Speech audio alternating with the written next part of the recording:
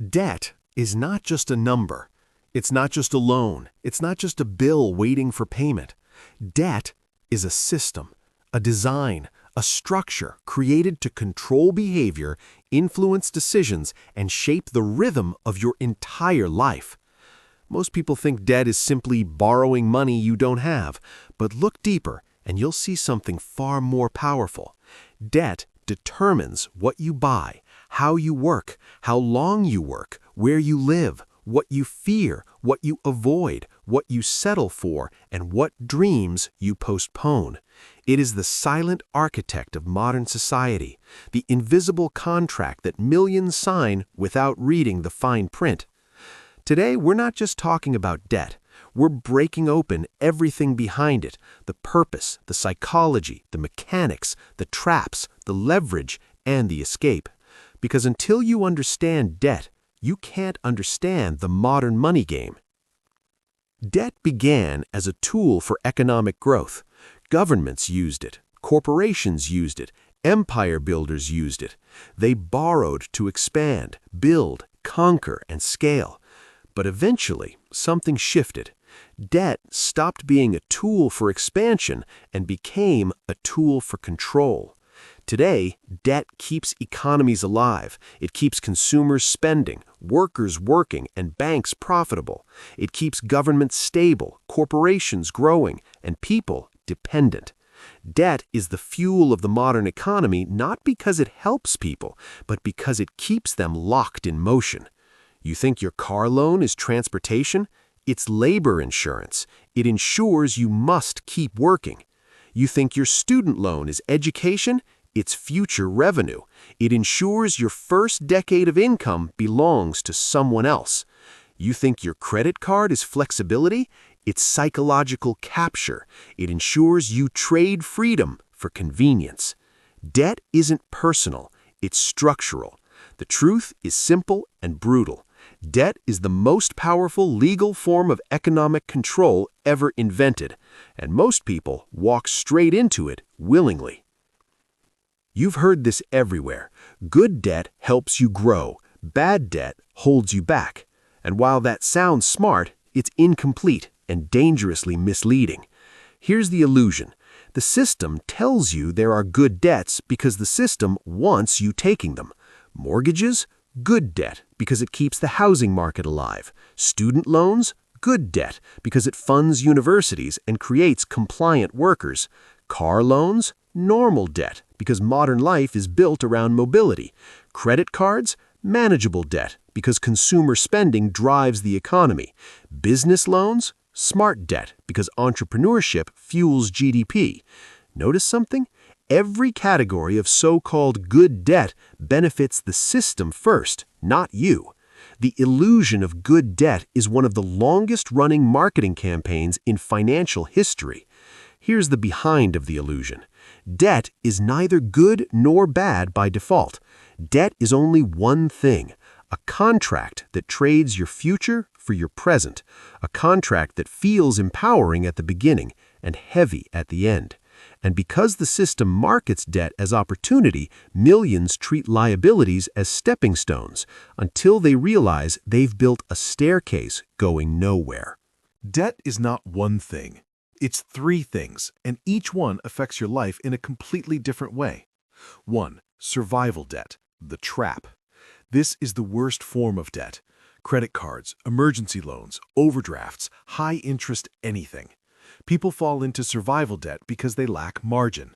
They're not irresponsible, they're stretched. This debt feels like breathing through a straw. Every payment takes oxygen away. Every month feels tighter. Every choice feels forced. Survival debt doesn't just take money, it takes confidence, clarity, and long-term thinking.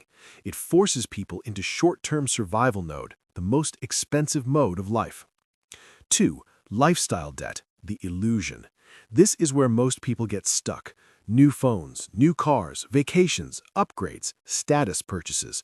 Lifestyle debt is driven by comparison, influence, social pressure, personal branding, fear of feeling behind.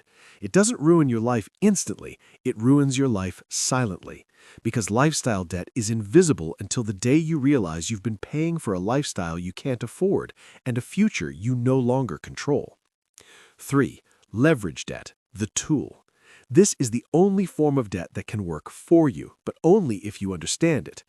Business debt, asset-backed debt, real estate debt, investment debt. The rule is simple.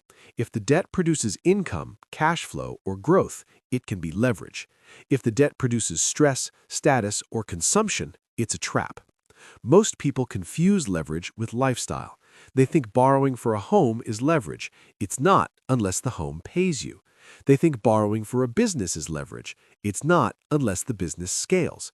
They think borrowing for school is leverage. It's not unless it builds a skill that pays. Debt is leverage only when it multiplies you. Otherwise, it consumes you. Escaping debt isn't about numbers, it's about philosophy. A philosophy that rewires your relationship with money, control, and consumption. Here is the empowerment, the real one, not the motivational one. 1. Build a margin before you build wealth. You cannot invest while drowning. You cannot plan while panicking. You cannot grow while gasping. Margin is safety. Margin is breathing room. Margin is the foundation of every wealth strategy. Before investing, build margin, even a small one. 2. Shift from consumer identity to builder identity. Consumers buy. Builders create. Consumers seek comfort. Builders seek leverage. Debt thrives in consumer identity. Debt dissolves in builder identity. 3. Break the monthly payment mindset. This mindset is the biggest debt trap in the world. I can afford it because the payment is small. Payments create obedience. Cash creates freedom. The moment you stop thinking in payments and start thinking in total cost, your financial decisions change forever. 4. Build a simple automated debt destruction system. Not motivation, guilt, or pressure, a system. Automation pays debt faster than emotion ever will. Automate minimums, extra payments, savings, emergency funds, cash buffers, investments after debt is controlled. You don't rise to the level of your goals, you fall to the level of your systems. 5. Use leverage debt only after you understand it. Never take debt for status, lifestyle, validation, impatience, impression, comfort. Take debt only for cash flow, growth, equity, opportunity, expansion, scalable systems. If it doesn't multiply you, it doesn't deserve you.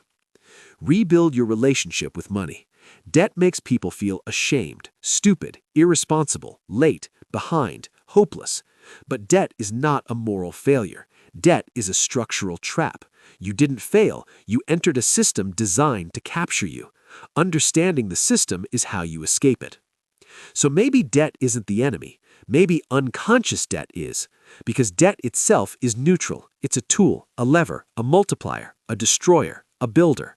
Debt only becomes dangerous when you use it without understanding it. Freedom doesn't come from avoiding debt. It comes from mastering it, using it intentionally, turning it into leverage, not liability. When debt works for you, you expand. When you work for debt, you shrink. And in a world built on loans, payments, contracts, and credit, the true wealth isn't money, it's autonomy. Break the system open instead of letting it break you. Subscribe and stay awake. Think beyond the numbers. This is Fund Money Mental.